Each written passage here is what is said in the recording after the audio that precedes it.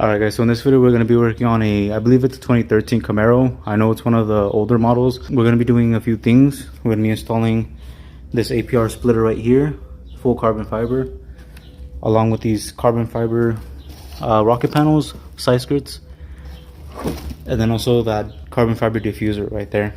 Right now I'm actually going to start with the splitter because that's what I think is going to make the biggest difference, and it should be the easiest out of the entire thing. And then I'm going to move on to the rocket panels. Now these rocket panels right here, I believe they are just overlays. I watched a few videos and the stock Camaro side skirts have these tabs sticking out that hold it in place, and these don't have that. I'm thinking that you just add 3M tape and then you go ahead and make holes on the side to mount it up so it doesn't move and come out. That's a first. I haven't really seen anything like that before. Usually it's a complete replacement, but these, it needs those supports in the middle because it's just gonna come off. So I'm thinking you just use 3M tape, but I'll double check right now to make sure how it looks, because I saw a video of a guy who was working on his. He has some tabs, he had to push it to the side in order to unlatch the tabs, but this doesn't have that at all. It's going to be held up by some nuts, bolts, and washers. I'm not going to be using any screws because that's obviously just going to come off. You never want to use any screws when you're working on splitters or lips. Believe it or not, when you add a splitter, you actually do create a lot of downforce and it pushes that splitter down. That's why you see a lot of splitters fall off, because with that weight it's just pushing it down. So we're going to remove the bumper right now. You got to remove a 7mm bolt that goes on the side to unlatch the bumper, along with the side over here. And then there should be a few clips on the top, which are these right here. And then for some reason he doesn't have them, they were already removed, so I believe this whole thing is just going to pop off. Alright, so I went ahead and removed the bumper. Here's where it's at right now. So I pretty much placed it on top of the APR splitter just to see where I want it, make sure it's all evened out. So right now it's even on all sides, all the way up until the back. Same thing over here. It's even right there at the back. Make sure it's touching the corner. And then it has those spots right there. So I really want to go ahead and utilize the middle bolts right here, which are these, because these mount up directly to the metal bash bar that's at the bottom of the car. So that's actually going to help out a lot, reinforce this, and then attaching it to the back. So I drilled out all the holes for the back, even though you don't need all of them, you only need a few, and I plan on making a few more somewhere right here in the top to reinforce it, because I don't think that this is going to be enough to reinforce it right there. You need something in the front to really hold it up. I'm using my little Dremel right here to make the holes. So I just line it up, push it down, make my hole right in the middle. That way I know it's going to be perfectly centered. Now with my Dremel, I went ahead and made more holes. So for example, right here at the top, I put one on the side, or I use this kind of like as a measurement, put it up against it, and made a hole down there. Same thing over here. I pretty much put 2 on each side when it comes to this thing right here. So there's 2 right here, there's me 2 right here, 2 right there, and then 2 over there, and then 2 right here as well. That way it reinforces it, because if you just put bolts right here, it's not going to reinforce it at all. It's pretty much just going to fall down in the front. The bolts that come on there already are really short, so you need to get some longer ones for that. And then for those over there, I'm just going to go to Home Depot, purchase them.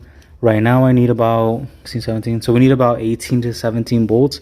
I'm going to do 20 just in case, and then we're going to have to get some washers as well. And then we're going to add the splitter rods in front that he provided.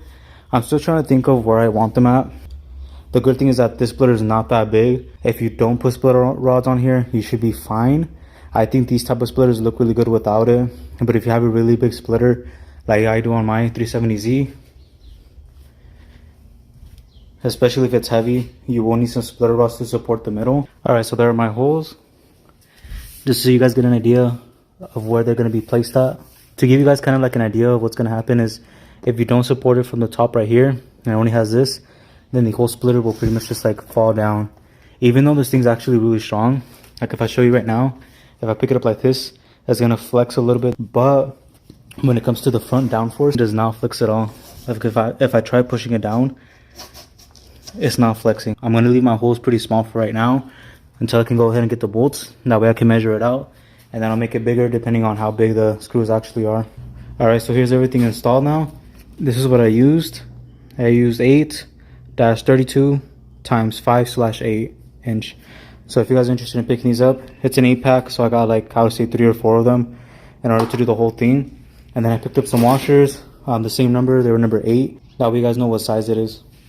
So here's everything, how it looks. So see there's all of these nuts, washers, bolts on there in order to secure it. And this thing is not going anywhere. Like it flexes a little bit at the top because it needs a little bit of support, so that's why we're gonna add those support rods. But other than that, here at the bottom, it's completely supported. This thing is not coming off, it's really on there. So right now, if I pick it up, it won't go anywhere. And then if we move it, it only moves a bit. This will most likely only go down a little bit at high speeds, but once we add those support rods to pick it back up, it shouldn't really move at all.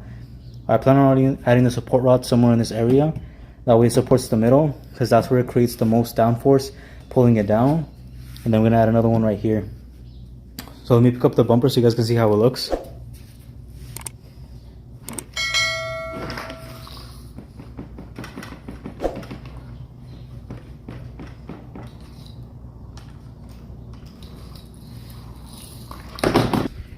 So as you guys can see, it doesn't really move much at all.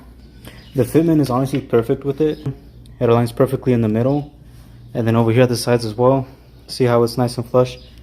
Same thing over here. I got it as flush as possible, and it came out really good. It's just gonna make it look a lot more aggressive in the front. We would have to mount it somewhere in this area to really support it. In the middle. Yeah, that should be perfect because it's not gonna be too close or too far. You usually don't want them like super close to each other because then it looks kind of weird. Like if you have it right here in the middle and then the other one right here, you want to separate. I think this is a perfect length right there. Just take this nut off.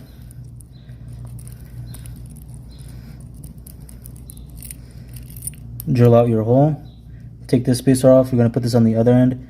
And then you're going to put this bottom part. You're going to leave it actually right there. And this is just going to mount to the other side. Just so it has enough support on it. So it won't like rip off of the bumper.